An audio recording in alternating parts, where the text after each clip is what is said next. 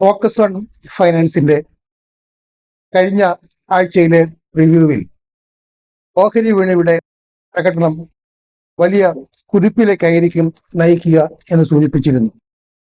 ആ സൂചന പോലെ തന്നെ കഴിഞ്ഞ ആഴ്ച ഓഹരി വിപണിയിൽ അതിഭീമമായ തോതിലുള്ള ഒരു ഉയർച്ചയാണ് കാണപ്പെട്ടത്.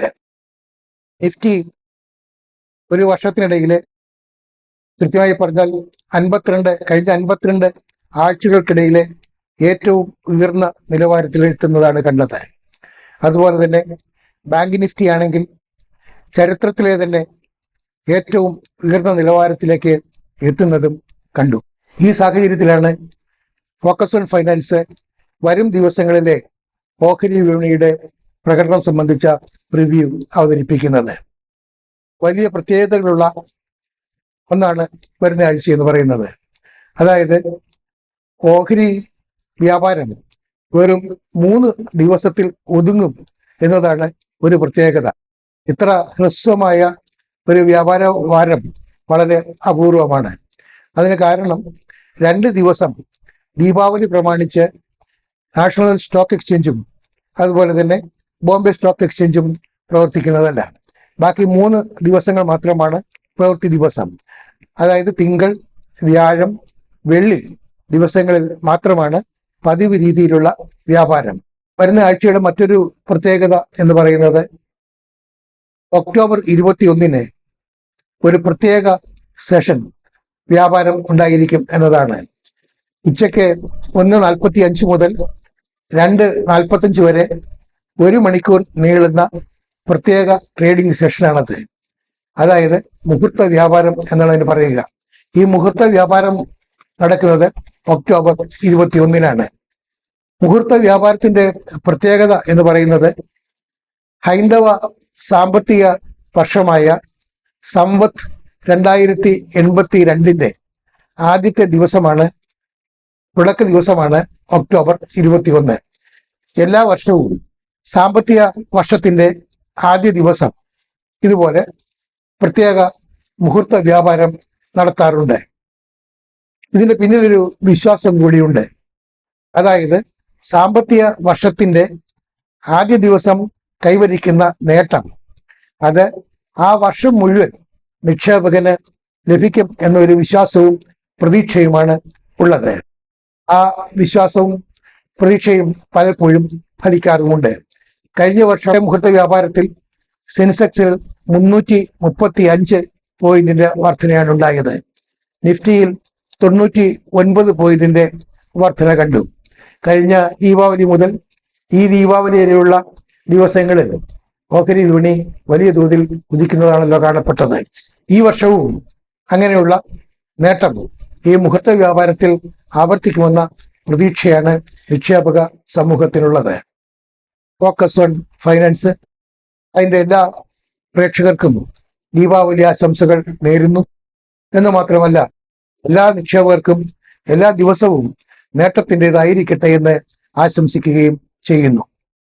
ഇനി വരും ദിവസങ്ങളിലെ വിപണിയുടെ പ്രത്യേകതകൾ എന്തൊക്കെയാണെന്ന് പരിശോധിക്കാം. നേരത്തെ സൂചിപ്പിച്ചതുപോലെ തന്നെ വ്യാപാരം 3 ദിവസം മാത്രമായിരിക്കും. ഇങ്ങനെ വ്യാപാരം 3 ദിവസത്തിലേക്ക് മാത്രമായി ഒതുങ്ങുന്നതിനാൽ സ്വാഭാവികമായും ഇടപാടുകളുടെ എണ്ണത്തിൽ ഗണ്യമായ കുറവായിരിക്കും അനുഭവപ്പെടുക.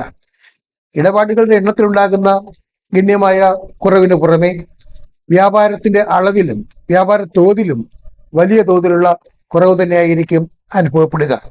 അങ്ങനെ വ്യാപാരത്തിന്റെ തോതിലും അതുപോലെ തന്നെ ഇടപാടുകളുടെ എണ്ണത്തിലും വലിയ തോതിലുള്ള കുറവ് അനുഭവപ്പെടുന്നതിനാൽ സ്വാഭാവികമായും വലിയ തോതിലുള്ള ഉയർച്ചകൾക്കോ അതുപോലെ തന്നെ വലിയ തോതിലുള്ള താഴ്ചകൾക്കോ ഒരു സാധ്യതയും വരും ദിവസങ്ങളിൽ കാണുന്നില്ല. അങ്ങനെ വലിയ തോതിലുള്ള ഉയർച്ചകൾക്കും അതുപോലെ തന്നെ വലിയ തോതിലുള്ള ഇടിവുകൾക്കും സാധ്യത ഇല്ലാത്തതിനാൽ തന്നെ സ്വാഭാവികമായും ഒരു എടുത്തു പറയത്തക്ക അല്ലെങ്കിൽ പ്രത്യേകമായ എന്തെങ്കിലും ഒരു പ്രവണത വിപണിയിൽ ദൃശ്യമാകുകയുമില്ല. അതേസമയം കമ്പനികളിൽ നിന്നുള്ള കോർപ്പറേറ്റ് മേഖലയിൽ നിന്നുള്ള ഫലപ്രഖ്യാപനങ്ങളുടെ പ്രവാഹം വരുന്ന ദിവസങ്ങളിലും തുടരും. ഒട്ടേറെ കമ്പനികൾ ഫലപ്രഖ്യാപനവുമായി അടുത്ത ആഴ്ചയും രംഗത്ത് വരുന്നുണ്ട്. ഇവ എല്ലാം തന്നെ നിക്ഷേപകർക്ക് പ്രധാനപ്പെട്ടതായതിനാൽ ഇവയുടെ പ്രവർത്തന ഫലങ്ങളിലെ നേട്ടങ്ങളും കോട്ടങ്ങൾക്കും അനുസൃതമായി അവയുടെ ഓഹരി വിലകളിലും ഏറ്റക്കുറച്ചിലുകൾ അനുഭവപ്പെടും. നല്ല ഫലമാണെങ്കിൽ, പ്രവർത്തന ഫലം നല്ലതാണെങ്കിൽ സ്വാഭാവികമായും വില ഉയരുകയും പ്രതീക്ഷിച്ച നിലവാരത്തിലേക്ക് പ്രവർത്തന ഫലം ഉയരുന്നില്ലെങ്കിൽ സ്വാഭാവികമായും വിലയിടിവ് അനുഭവപ്പെടുകയും ചെയ്യും. Geojit financial services limited, Colgate, doctor Reddy's, batta India, Indian oil, call India limited, Cipla, Exide industries, Dabur India തുടങ്ങിയ പ്രമുഖ കമ്പനികളാണ് അടുത്ത ദിവസങ്ങളിലായി പ്രവർത്തന ഫലം പ്രഖ്യാപിക്കുന്നത്. ഇവയ്ക്കൊക്കെ പുറമെ പ്രതിരോധ രംഗത്തെ ഏറ്റവും വലിയ കമ്പനികളിലൊന്നായ ഭാരത് ഇലക്ട്രോണിക്സ് ലിമിറ്റഡ് BEL, അതിന്റെ പ്രവർത്തന ഫലവും ഈ ആഴ്ച പ്രസിദ്ധീകരിക്കുന്നുണ്ട്. ഇനി കഴിഞ്ഞ ആഴ്ചയിലെ വിപണിയുടെ പ്രകടനത്തിലേക്ക് ഒന്ന് നോക്കേണ്ടതുണ്ട്. സെൻസെക്സ് 84,000 പോയിന്റിന് മുകളിലേക്ക് ഉയരുന്നത് കണ്ടു. 84,000 പോയിന്റിലെ മുകളിലേക്ക് സെൻസെക്സിന് ഉയരാൻ കഴിഞ്ഞെങ്കിലും അവസാന നിമിഷങ്ങളിലുണ്ടായ വലിയ തോതിലുള്ള ലാഭമെടുപ്പ് മൂലം ആ നിലവാരം നിലനിർത്താൻ സെൻസെക്സിന് കഴിയാതെ പോയി. എങ്കിൽ പോലും വലിയ തോതിൽ ഉയർന്ന നിലവാരത്തിൽ തന്നെയാണ് സെൻസെക്സ് അവസാനിച്ചത്. സെൻസെക്സിന്റെ അവസാന നില എന്ന് പറയുന്നത് 83,952.19 നിലവാരമായിരുന്നു. നിഫ്റ്റി നേരത്തെ സൂചിപ്പിച്ചതുപോലെ 52 ആഴ്ചയിലെ ഇല്ലെങ്കിൽ ഈ വർഷത്തെ ഏറ്റവും വലിയ ഉയർന്ന നിലവാരമായ 25,709.85 നിലവാരത്തിലാണ് അവസാനിച്ചത്. ബാങ്ക് നിഫ്റ്റി അതിന്റെ ചരിത്രത്തിലെ ഏറ്റവും വലിയ നേട്ടം കൈവരിച്ചു എന്ന് മാത്രമല്ല, ഇക്കഴിഞ്ഞ 8 മാസത്തിനിടയിൽ ബാങ്ക് നിഫ്റ്റിയിലുണ്ടായ നേട്ടമെന്ന് പറയുന്നത് അവിശ്വസനീയമായ വിധത്തിലാണ്. അതായത് 8 മാസത്തിനിടയിൽ ബാങ്ക് നിഫ്റ്റിയിലുണ്ടായ വർധന എന്ന് പറയുന്നത് 10,000 പോയിന്റിൽ ഏറെയാണ്. ഇത് നിഫ്റ്റിയുടെ വർധനയുമായിട്ടൊന്ന് താരതമ്യപ്പെടുത്തി നോക്കുന്നത് നന്നായിരിക്കും. നിഫ്റ്റിക്ക് ഈ കാലയളവിൽ ഉണ്ടായ വർധന എന്ന് പറയുന്നത് 9% താഴെ മാത്രമായിരുന്നു. ആ സ്ഥാനത്താണ് ബാങ്ക് നിഫ്റ്റി 13%-ലേറെ നേട്ടം കൈവരിച്ചത്. അതേസമയം നിഫ്റ്റി IT എന്ന് പറയുന്ന, അതായത് IT ഓഹരികൾക്ക് പ്രാതിനിധ്യമുള്ള നിഫ്റ്റി സൂചിക, അതില് വലിയ തോതിലുള്ള ഇടിവാണ് ഇക്കാലയളവിൽ അനുഭവപ്പെട്ടത്. 2025 കണക്ക് നോക്കിയാൽ നിഫ്റ്റി ITയിലുണ്ടായ ഇടിവെന്ന് പറയുന്നത് 19%. ഇനി എന്തായിരുന്നു കഴിഞ്ഞ ആഴ്ച വിപണി കൈവരിക്കാൻ കഴിഞ്ഞ വലിയ നേട്ടത്തിന്റെ കാരണങ്ങൾ എന്നത് പരിശോധിക്കേണ്ടതുണ്ട്. ഏറ്റവും പ്രധാനപ്പെട്ട കാരണങ്ങളിലൊന്ന് ഷോർട്ട് കവറിംഗ് ആയിരുന്നു. കഴിഞ്ഞ പ്രീവ്യൂവിൽ അക്കാര്യം സൂചിപ്പിച്ചിരുന്നു. അതായത് നിഫ്റ്റി 25,200 നിലവാരത്തിൽ ബ്രേക്ക്ഔട്ട് സാധിച്ചതിനാൽ സ്വാഭാവികമായും ഷോർട്ട് കവറിങ്ങിന്റെ അളവ് വർദ്ധിക്കുമെന്ന് സൂചിപ്പിച്ചിരുന്നു. അതുപോലെ തന്നെയാണ് സംഭവിച്ചത്. വലിയ തോതിൽ ഷോർട്ട് കവറിംഗ് അനുഭവപ്പെട്ടു.